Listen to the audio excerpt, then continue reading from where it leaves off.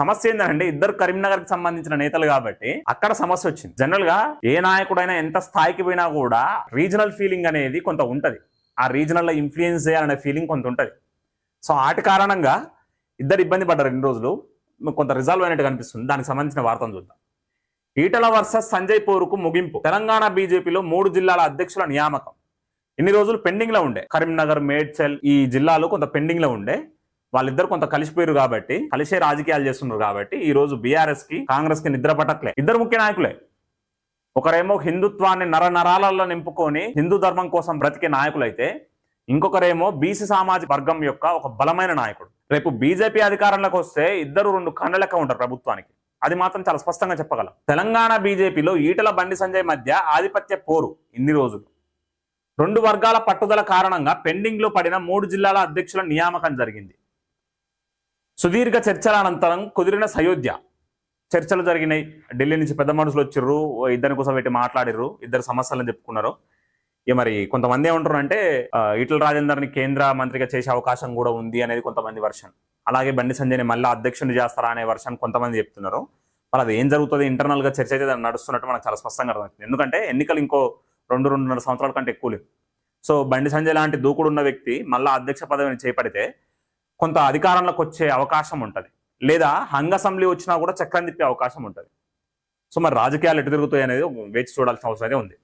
తెలంగాణ బీజేపీలో గత కొంతకాలంగా ఆధిపత్య పోరుతో తీవ్ర ఉత్కంఠ రేపిన 3 జిల్లాల అధ్యక్షుల పీఠముడి ఎట్టకేలకు వీడింది.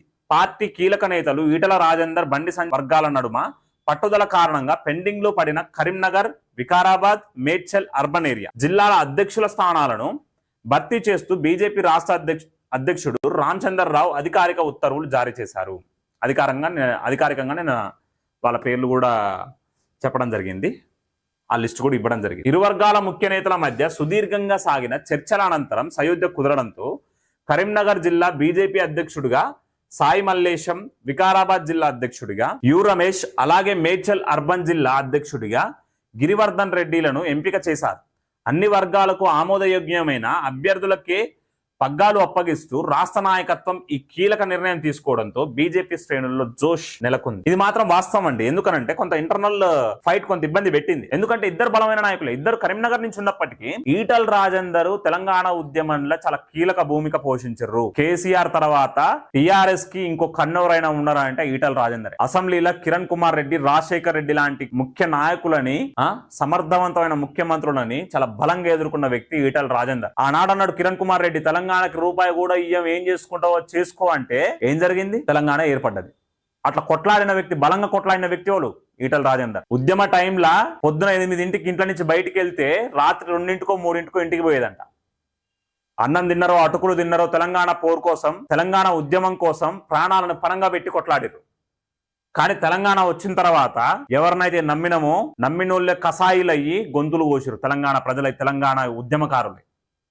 ఏం జరిగింది? 7 సంవత్సరాల పాటు మంత్రి పదవిలో ఉన్న వ్యక్తిని ఏదో సాకు చెప్పి ఆల్టర్నేటివ్ శక్తిగా ఎదుగుతుండని కొడుకు కోసం లైన్ క్లియర్ చేసేందుకు ఈటల రాజేందర్ని పక్కకు పెట్టిండు కేసీఆర్. ఎంతైనా ఆత్మగౌరవం కలిగిన గుండె కదా, ఎట్లూకుంటది? ఎదురు తిరిగిండు, బయటకు వచ్చిండు, బీజేపీలో జాయిన్ అయ్యిండు. ఉప ఎన్నికలలో గెలవడం, బీజేపీలో ఒక మంచి వేవ్ తీసుకురావడం, చిన్న చిన్న పొరపాట్లు జరిగినాయి. ఆ టైంలో బండి సంజయ్ని తొలగించకుండా ఉంటే హంగొచ్చేదేమో. హంగొస్తే రాజకీయాలు ఎట్లా ఉండేవో మనకు తెలియదు. సో అట్లాంటి చిన్న చిన్న పొరపాట్లు జరిగినాయి. మళ్ళీ ఈసారి ఆ పొరపాట్లు జరగకుండా ఉంటే అధికారం మాత్రం రావడం అది నల్లేరు మీద నడకే, చాలా ఈజీగా అయిపోతుంది అనేది చాలా స్పష్టంగా మనం చెప్పగలం. ఒకరేమో హిందూ ధర్మం కోసం, హిందూ దేశం కోసం, మన భారతదేశం కోసం గ్రౌండ్ ఫీల్డ్ ఒక కార్పొరేటర్ స్థాయి నుంచి ఈరోజు కేంద్ర మంత్రి స్థాయి వరకు ఎదిగిన బండి సంజయ్ గారు. ఇంకో దిక్కు బీసీ సామాజిక వర్గ బలమైన నేత, తెలంగాణ ఉద్యమకారుడు ఈటల రాజేందర్ గారు. వాళ్ళిద్దరు చేతులు కలిపితే బీజేపీ అధికారంలోకి రావడం మాత్రం పెద్ద కష్టం కాదు. అది మాత్రం చాలా క్లియర్గా చెప్పగలం. ఎందుకంటే ఈటల రాజేందర్ గారికి సౌత్ జిల్లాల మీద కూడా మంచి పట్టుంది. మహబూబ్ నగర్, ఖమ్మంలో కూడా మంచి పట్టుంది, మంచి పరిచయాలు ఉన్నాయి. హైదరాబాద్లో అయితే ఇంకా అల్టిమేట్. ఎట్లా అంటే అసలు మల్కాజ్గిరిలో పోటీ చేస్తానంటే చాలా మంది అసలు అప్పటి వరకు రేవంత్ రెడ్డి సిట్టింగ్ సీట్ అది పాసిబుల్, గెలవడం పాసిబుల్ అన్నారు. ఏమైంది? ఈటల రాజేందర్ స్ట్రెంత్ ఏందో వాళ్ళకి కనిపించింది. మల్కాజ్గిరి నుంచి గెలిచిన వ్యక్తులు ముఖ్యమంత్రులు అవుతారన్న అభిప్రాయం కూడా ఉంది.